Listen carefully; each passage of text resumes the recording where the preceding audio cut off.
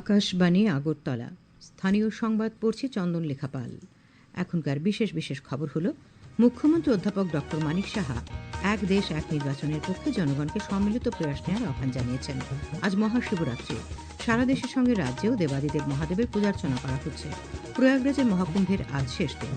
মহিলাদের আমন্ত্রণমূলক সীমিত ওভারের সিনিয়র ক্রিকেট প্রতিযোগিতার ফাইনালে ব্লাডমাউথ ক্লাব খেলবে তরুণ সংঘ কোচিং সেন্টারের বিরুদ্ধে। এবারে আসছে বিস্তারিত সংবাদে। মুখ্যমন্ত্রী অধ্যাপক ডক্টর মানিক সাহা বলেছেন, এক দেশ এক নির্বাচন হলে দেশের আর্থিক অবস্থা সুদৃঢ় হবে, রাজনৈতিক স্থিতিশীলতা আসবে, ভোটের প্রতি মানুষের উৎসাহ বাড়বে এবং গণতন্ত্র আরও সুদৃঢ় হবে।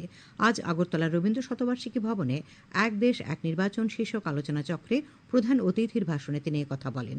মুখ্যমন্ত্রী বলেন, প্রতি বছর নির্বাচন হলে মানুষ বিরক্ত বোধ করেন, দেশের আর্থিক পরিকাঠামো এবং শিক্ষাক্ষেত্রেও ক্ষতি হয়, মন্ত্রিসভার বহু গুরুত্বপূর্ণ সিদ্ধান্ত নেওয়ার ক্ষেত্রে প্রতিবন্ধকতার সৃষ্টি হয়। তাই সার্বিকভাবে দেশের উন্নয়ন ও অগ্রগতির জন্য এক দেশ এক নির্বাচনের পক্ষে জনগণকে সম্মিলিত প্রয়াস নেওয়ার আহ্বান জানান তিনি।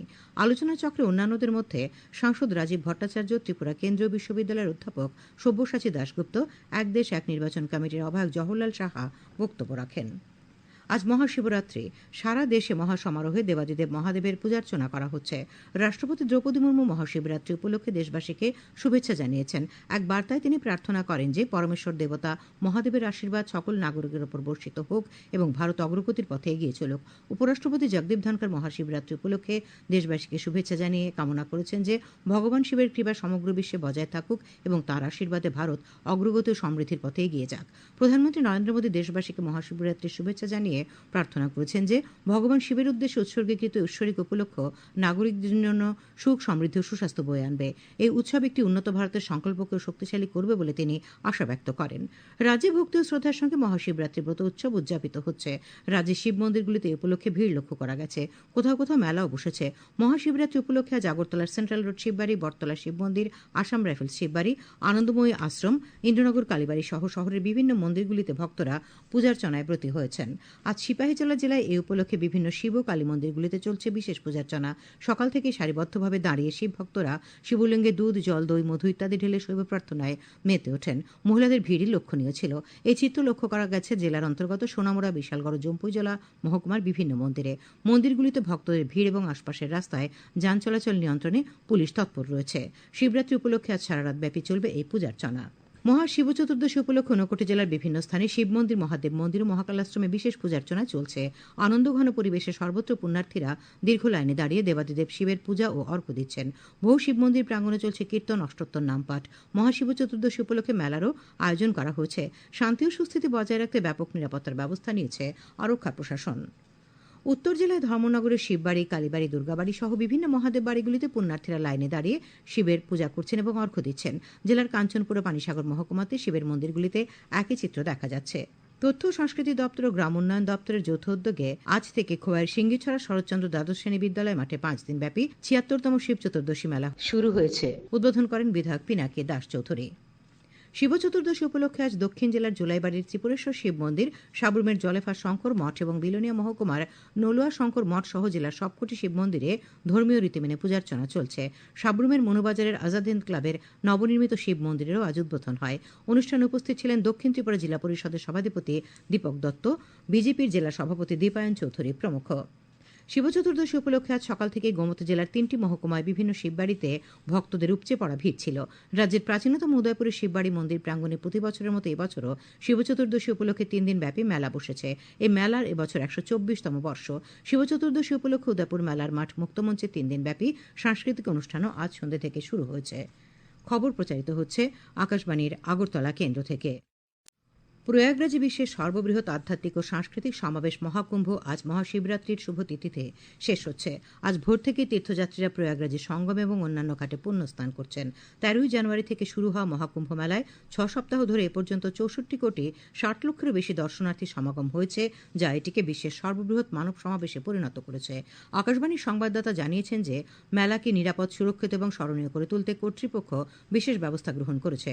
রেলওয়ে স্টেশন, রাস্তা এবং শহরের প্রবেশপথগুলিতে ভক্তদের ভক্তদের ভিড় অব্যাহত রয়েছে। গুরুত্বপূর্ণ স্থানগুলিতে যান চলাচল কঠোরভাবে নিয়ন্ত্রণ করা হচ্ছে। ঘাটগুলিতে আরও নিরাপত্তার জন্য এনডিআরএফ, এসডিআরএফ, হোমগার্ড এবং পুলিশ যেকোনো দুর্ঘটনা এড়াতে সতর্ক নজর রাখছে। আকাশপথ মেলার মাঠ পর্যবেক্ষণ করা হচ্ছে। রেডিও অনুষ্ঠান, লাউডস্পিকারে তথ্য এবং সংবাদ পরিবেশন করা হচ্ছে। তাছাড়া মহাশিবরাত্রির কারণে 4,500টি বাস চলছে, যেখানে যাত্রীরা প্রতি 10 মিনিট অন্তর একটি বাস পেতে পারেন। অন্যদিকে 750টি শাটল বাসও মোতায়েন করা হয়েছে। এদিকে অমৃত স্নানের পর বিপুল সংখ্যক তীর্থফেরত মানুষের জন্য উত্তর মধ্য রেল, উত্তর পূর্ব রেল এবং উত্তর রেল ব্যাপক প্রস্তুতি নিয়েছে এবং সমস্ত আধিকারিক ও কর্মীদের তাদের কর্মস্থলে সতর্ক থাকার নির্দেশ দেওয়া হয়েছে। মহাশিবরাত্রি স্নানের পরে অতিরিক্ত ট্রেন চালানোর জন্য বিশেষ ব্যবস্থা নেওয়া হয়েছে। প্রাথমিকভাবে ভারতীয় রেল মহাকুম্ভের দিনগুলির জন্য যাত্রী ভিড় সামলাতে এবং স্বচ্ছন্দ পরিবহনের জন্য প্রায় 13,500টি ট্রেন চালানোর পরিকল্পনা নিয়েছিল। বাস্তবে মহাকুম্ভের 42তম দিন পর্যন্ত উল্লেখযোগ্য সংখ্যক বিশেষ ট্রেন সহ 15,000-এর বেশি অতিরিক্ত ট্রেন ইতিমধ্যেই চালানো হয়েছে। রেলমন্ত্রী অশ্বিনী বৈষ্ণব এবং রেলওয়ে বোর্ডের চেয়ারম্যান সতীশ কুমার রেলের কার্যক্রম নিবিড়ভাবে পর্যবেক্ষণ করছেন। প্রসার ভারতীর চেয়ারম্যান নবনীত সেহগাল বলেছেন, আকাশবাণী সর্বদা দেশের সংস্কৃতির সঙ্গে মানুষকে সংযুক্ত করার ক্ষেত্রে গুরুত্বপূর্ণ ভূমিকা পালন করে আসছে এবং একটি গণসম্প্রচারক হিসেবে তার দায়িত্ব অত্যন্ত গুরুত্বের সঙ্গে পালন করে আসছে। আসি সেহগাল বলেন, 48 দিনের সম্প্রচার জুড়ে আকাশবাণীর কুম্বানি চ্যানেল অনেক মানুষকে স্পর্শ করেছে। তিনি আরও বলেন যে যারা প্রয়াগরাজে আসতে পারেননি, এই চ্যানেল মহাকুম্ভের অভিজ্ঞতা তাদের সঙ্গেও ভাগ করে নিতে সক্ষম হয়েছে। প্রসার ভারতীর সিইও গৌরব দ্বিবেদী আকাশবাণীর কুম্বানি চ্যানেলের মহাকুম্ভ সম্প্রচারের প্রশংসা করেছেন। তিনি বলেন যে মহাকুম্ভ এবং কুম্বানি উভয়ের যাত্রা অবিস্মরণীয় এবং লক্ষ লক্ষ মানুষের হৃদয়ে এটি ঐশ্বরিক স্থান দখল করে আছে। আকাশবাণীর মহানির্দেশক ড প্রজ্ঞা পালিওয়াল গৌর স্বল্প সময়ের মধ্যে বিপুল সংখ্যক দর্শকের কাছে পৌঁছানোর ক্ষেত্রে কুম্বানির সাফল্যের কথা উল্লেখ করেন। তিনি বলেন যে মহাকুম্ভ এবং কুম্বানি উভয়ই মানুষের জীবনে উল্লেখযোগ্য প্রভাব ফেলেছে। শেষ হল মহাকুম্ভের সংবাদ। উপরাষ্ট্রপতি জগদীপ ধনখড় বলেছেন, সাংস্কৃতিক ঐতিহ্য সংরক্ষণে উৎসবগুলি গুরুত্বপূর্ণ ভূমিকা পালন করে। আজ অরুণাচল প্রদেশের কামলে জেলার বোয়া সিমলায় প্রথমবারের মতো যৌথ মেগা নিয়োকম ইয়োলো উদযাপনে যোগদান করে তিনি এই মন্তব্য করেন। ভারতের দ্রুত অগ্রগতির কথা তুলে ধরে শ্রী ধনখড় বলেন যে ভারত বিশ্বের দ্রুততম বর্ধনশীল দেশ। তিনি অর্থনৈতিক প্রবৃদ্ধি, পরিকাঠামো উন্নয়ন এবং সমাজ কল্যাণ প্রকল্পে অন্যান্য দেশের তুলনায় দেশের উল্লেখযোগ্য অগ্রগতির উপর গুরুত্ব আরোপ করেন।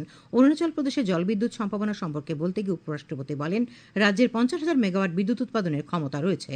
অনুষ্ঠানে কেন্দ্রীয় সংসদীয় বিষয়ক ও সংখ্যালঘু বিষয়ক মন্ত্রী কিরেন রিজিজু বলেন, প্রধানমন্ত্রী নরেন্দ্র মোদীর নেতৃত্বে অরুণাচল প্রদেশে এক নতুন রূপান্তর দেখা গেছে। তিনি বলেন, শীঘ্রই সম্পন্ন হতে যাওয়া ট্রান্স অরুণাচল হাইওয়ে রাজ্যের প্রতিটি জেলা সদরকে সংযুক্ত করবে। তিনি আরও বলেন যে কেন্দ্রীয় সরকার রাজ্যে 42,000 কোটি টাকার সীমান্ত মহাসড়ক প্রকল্প অনুমোদন করেছে। খেলার খবর। টিসিএ পরিচালিত মহিলাদের আমন্ত্রণমূলক সীমিত ওভারের সিনিয়র ক্রিকেট প্রতিযোগিতার ফাইনালে ব্লাডমাউথ ক্লাব খেলবে তরুণ সংঘ কোচিং সেন্টারের বিরুদ্ধে। আজ আসরের দুটি সেমিফাইনাল হয়।